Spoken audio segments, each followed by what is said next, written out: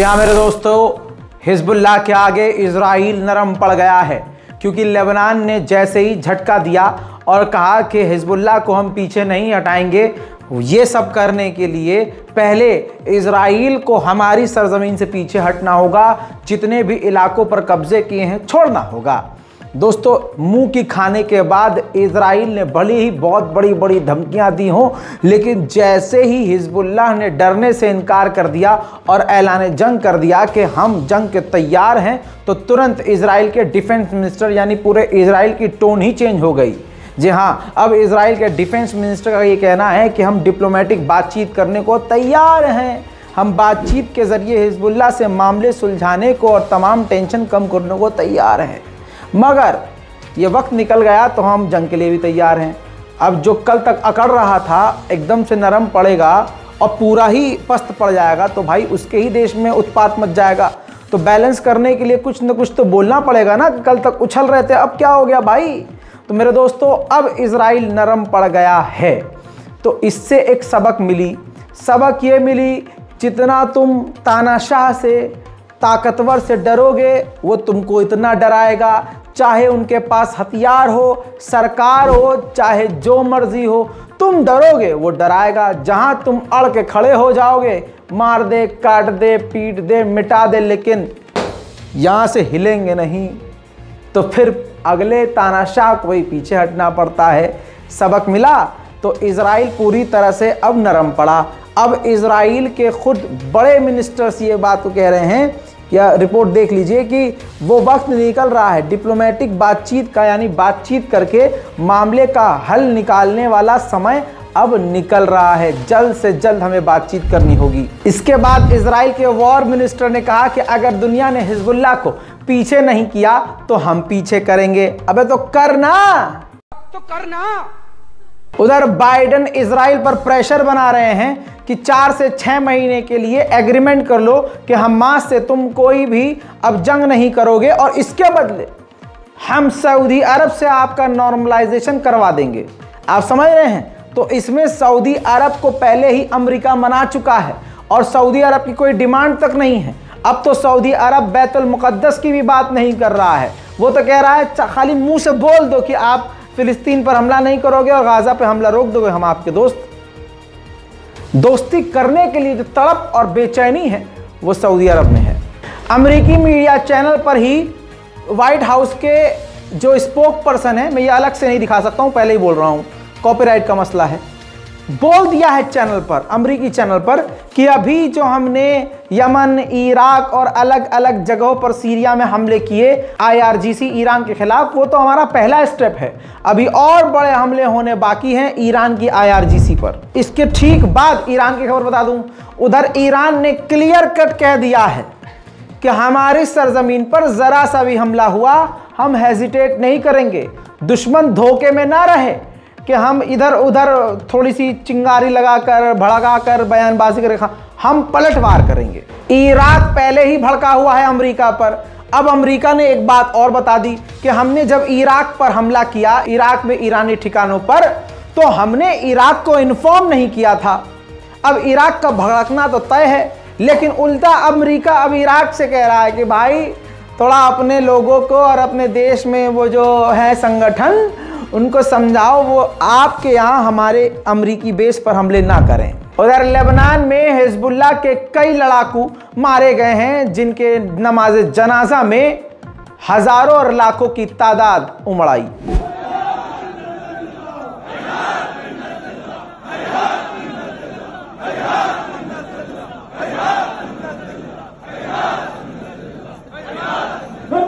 Yeah.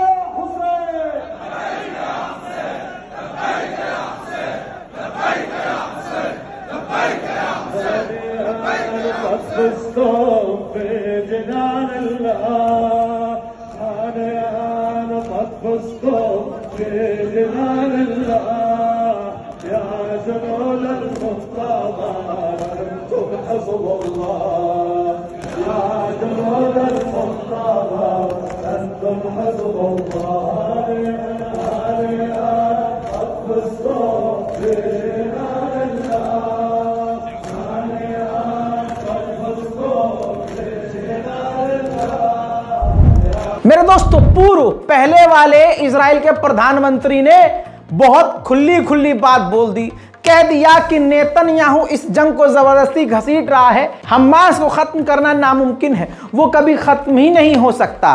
वक्त आ गया है कि जल्दी से इस जंग को खत्म करें, हमास से डील करें, वरना जितनी ये जंग खिंचेगी हमारा ज्यादा नुकसान होगा, हमारे ज्यादा लोग मारे जाएंगे।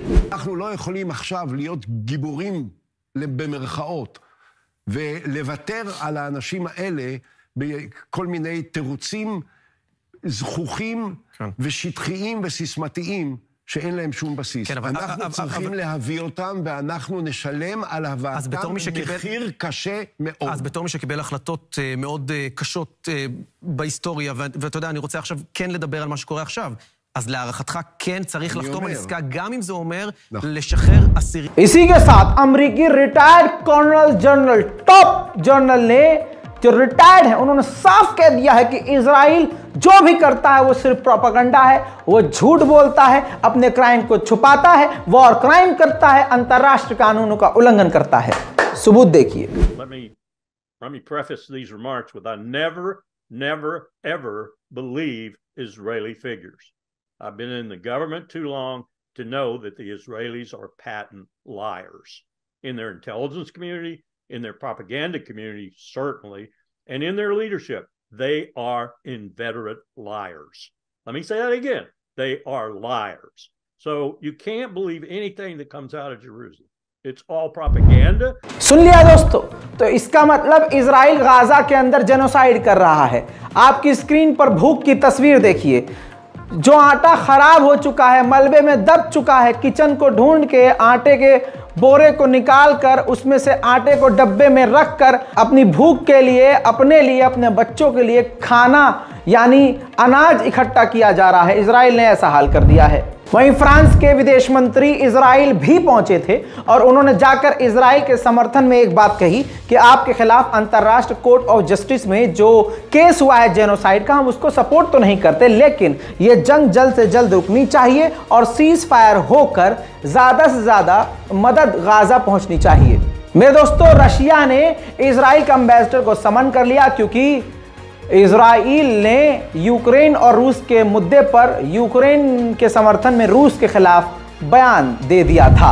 जैसा मैंने आपसे अर्ज किया था कि 4 से 5 इजरायली सेटलर्स को अमेरिका ने बैन कर दिया है, उसमें से पहले को तो ब्लॉक कर ही दिया है इजराइल ने खुद, लेकिन दूसरे सेटलर्स के भी बैंक अकाउंट को इजराइल में ही सीज कर दिया गया है, सील कर दिया गया है। उधर इजराइल के फाइनेंस मिनिस्टर को तकलीफ हो गई। इजराइल की सरकार में खुद ही एक दूसरे से बन नहीं रही है। फाइनेंस मिनिस्टर ने इसका विरोध किया, कहा कि नहीं, सेटलर्स हमारे लोगों का अकाउंट बैन नहीं करना चाहिए। बैंकों से भी कह दिया है कि किसी भी सेटलर्स का अकाउंट बैन ना हो।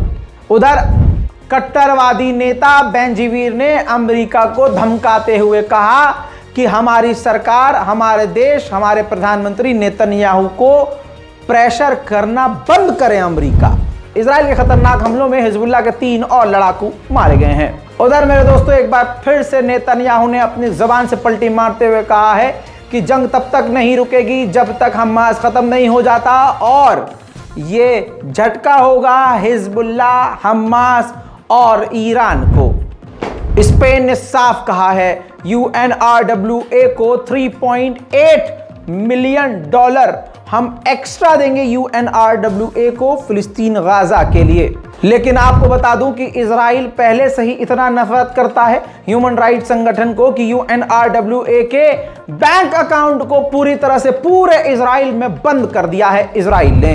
उधर हमास ने बड़ा बयान जारी करते हुए कहा कि हमने इजराइल के 15 और सैनिकों को बुरी तरह से कत्ल कर दिया है और 40 से 42 इजराइल के सैनिक बुरी तरह से घायल हैं। मेरे दोस्तों, यूएन ने बड़ी बात कह दी। यूएन ने कहा कि जितनी भी अब तक मदद पहुंची है गाजा के अंदर, सिर्फ गाजा के 20% लोगों को ही वो मदद पहुंची है। उधर यूएन के एक्स ऑफिशियल ने, पूर्व अधिकारी ने कहा कि जो हाल हम गाजा का देख रहे हैं, अपनी जिंदगी में कभी हमने इतना बुरा हाल कहीं का नहीं देखा। UNRWA की फंडिंग को खुद अमेरिका ने रोक दिया। अब दूसरे ह्यूमन राइट्स संगठनों को वो गाजा भेजने की नौटंकी रच रहा है। उधर मेरे दोस्तों, जो लोग कहते हैं कि बायकॉट से कुछ नहीं होता, होता है, सबूत रख रहा हूं। मिडिल ईस्ट की ही बात कर रहा हूं। सिर्फ मिडिल ईस्ट में 4% सेल मैकडॉनल्ड्स की डाउन हो चुकी है। अफसोस, भारत के मुसलमान कुछ विरोध तो कर नहीं सकते क्योंकि अपनी जान बचा नहीं सकते, लेकिन मैकडॉनल्ड्स, पिज्जा हट, बर्गर किंग, इन अमेरिकी और इजरायली कंपनियों तक का बायकॉट नहीं किया जा रहा इनसे। उधर मेरे दोस्तों, डोनाल्ड ट्रंप के बारे में आप जानते हैं, यहूदियों का और खासकर मुसलमानों के कातिलों का ये हमेशा समर्थन करता रहा है। मीडिया चैनल पर इंटरव्यू देते हुए कहा कि इजराइल के लोग बड़े अमेजिंग होते हैं, अमेरिका को उसका साथ देना ही होगा और हम उसका साथ देंगे। सुनिए। Would you still send aid to Israel right now? Look, we've always got to protect Israel, in my opinion. They've been, they're amazing people. What they've done is it's an amazing thing, and they've been loyal. मेरे दोस्तों, Muslim members of UK party, Britain की Muslim members party ने कहा है कि बरतानिया ने जो गाजा के विरोध में इजराइल का सपोर्ट किया है ना, वोट पर असर पड़ेगा ब्रिटेन में अगले आने वाले चुनाव पर। हिजबुल्लाह ने जानकारी दी है कि अब तक 7 अक्टूबर से अब तक हमने इजराइल पर 1000 हमले कर चुके हैं। मेरे दोस्तों, मैंने आपको पहले की रिपोर्ट बताया था, ये तस्वीर देख लीजिए। मोहम्मद बिन सलमान के सीने में जो दिल धड़क रहा है वो पूरा यहूदी है। दिमाग जो उनके सर के अंदर है भी कि नहीं पता, लेकिन जो कुछ भी है उसके अंदर इजराइल और सिर्फ इजराइल है। अमेरिका का विदेश मंत्री एंटोनी ब्लिंकन मोहम्मद बिन सलमान से मिलने पहुंचा तो सिर्फ दोनों ने एक दूसरे से दोस्ती और अमेरिका ने बात करी है इजराइल से नॉर्मलाइजेशन की। यानी सऊदी अरब, मोहम्मद बिन सलमान खुद चाहते हैं कि जल्द से जल्द इजराइल से नॉर्मलाइजेशन हो।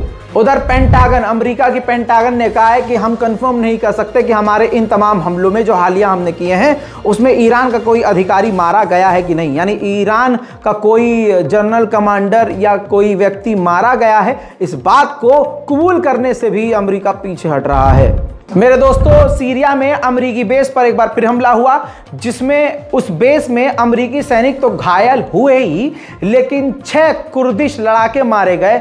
वो कुर्दिश लड़ाके अमेरिकी समर्थन में थे, अमेरिका के सपोर्ट में थे। उधर भारत के विदेश मंत्री ने ओमान के विदेश मंत्री से फोन पर बात करी है लाल सागर में जो तहलका मचा हुआ है और खौफ मचा हुआ है उसको लेकर। मेरे दोस्तों, रशिया ने खुलासा किया है कि अमेरिका इराक और सीरिया में जो हमला कर रहा है वो सिर्फ अमेरिका में होने वाले चुनाव इलेक्शन के लिए उसका पब्लिसिटी स्टंट है। मैंने आपको बताया था 2 दिन पहले कि ऑस्ट्रेलिया से 14 से 15 हज़ार गाय और बकरी इजराइल जा रही थी, जो आधे रास्ते से वापस आ गई थी। अब वो शिप अफ्रीका के रास्ते से इजराइल भेजी जा रही है। इस पूरे स्पेशल रिपोर्ट में अपनी राय कमेंट सेक्शन में ज़रूर लिखिएगा। आपकी स्क्रीन पर ये कुछ तस्वीरें हैं ह्यूमन एड फाउंडेशन की। मैंने आपसे कहा था कि मैं आपको ऐसा सोर्स दूंगा जिसके ज़रिए डायरेक्ट आप फिलिस्तीन की मदद कर सकते हैं। ये संस्था है, अपनी आंखों से आप देख लीजिए, और मैं खुद इसको वेरीफाई करता हूं क्योंकि भारत की राजधानी दिल्ली में ये संस्था मौजूद है और मेरे दोस्त की ही ये संस्था है जिनसे मेरा डायरेक्ट राबता है, और इन्होंने खुद ये तस्वीरें मुझे बताई और दिखाई और मैंने खुद देखा कि ये लोग ह्यूमन एड फाउंडेशन के जो कार्यकर्ता हैं भारत की राजधानी दिल्ली में फिलिस्तीन की एम्बेसी में जाकर फिलिस्तीन के एम्बेसडर के हाथ में मदद सौंप कर आ रहे हैं। तो इससे बेहतर आपके पास कोई और ऑप्शन नहीं है। इसके अलावा दोस्तों, ये आपकी स्क्रीन पर बार कोड है इन्हीं संगठन का, ह्यूमन एड फाउंडेशन का, और बैंक अकाउंट डिटेल भी है। आप NEFT भी कर सकते हैं जिससे सीधी मदद फिलिस्तीन के एम्बेसी तक पहुंचा दी जाएगी, और उसकी तमाम तस्वीरें जब ये ह्यूमन एड फाउंडेशन वाले मदद लेकर जाएंगे तो आपको उनकी तस्वीरें भी इंशाल्लाह जल्द प्रोवाइड करवा दी जाएंगी। इससे ज्यादा मैं और क्या करूं, बस दुआओं में मुझे याद रखिए और हमारी रिपोर्ट को शेयर कीजिए। इस खास इंफॉर्मेशन को शेयर करना मत भूलिएगा। मैं हूं रजा और आप देख रहे हैं रजाग्राफी। जय हिंद।